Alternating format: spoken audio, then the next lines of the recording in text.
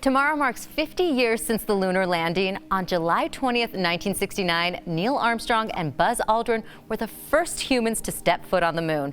Most people can remember exactly where they were watching it all unfold.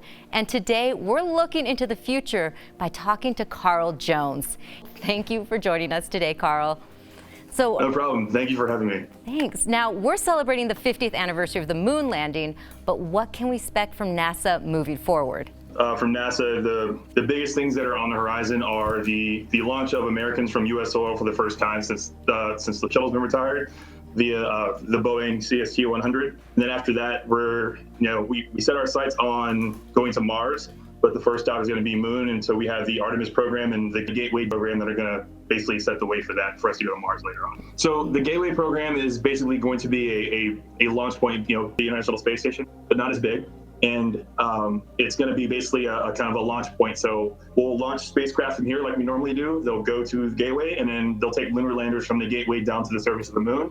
And then later on, once we actually start exploring Mars, it'll be basically kind of an intergalactic, gas station of sorts as a stopping point before they go further. 50 years ago, our biggest goal was to just get to the Moon and then bring them back home safely. So now we're trying to actually go to the Moon and establish a sustainable environment there, get a base going, and then test a lot of technology that we currently don't understand in order to go to Mars or to go to Mars for a long duration space travel.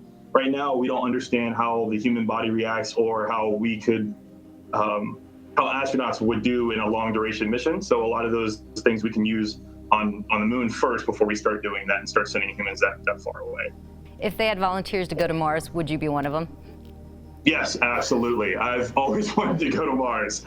Honestly, that has been a lifelong dream of mine. I watch all kinds of movies about it. Obviously, The Martian, this has been a dream to work here, so I would 100% go to Mars. Depending on where the Earth and Mars are in relation to each other, it can take anywhere from about 6 months to 2 years.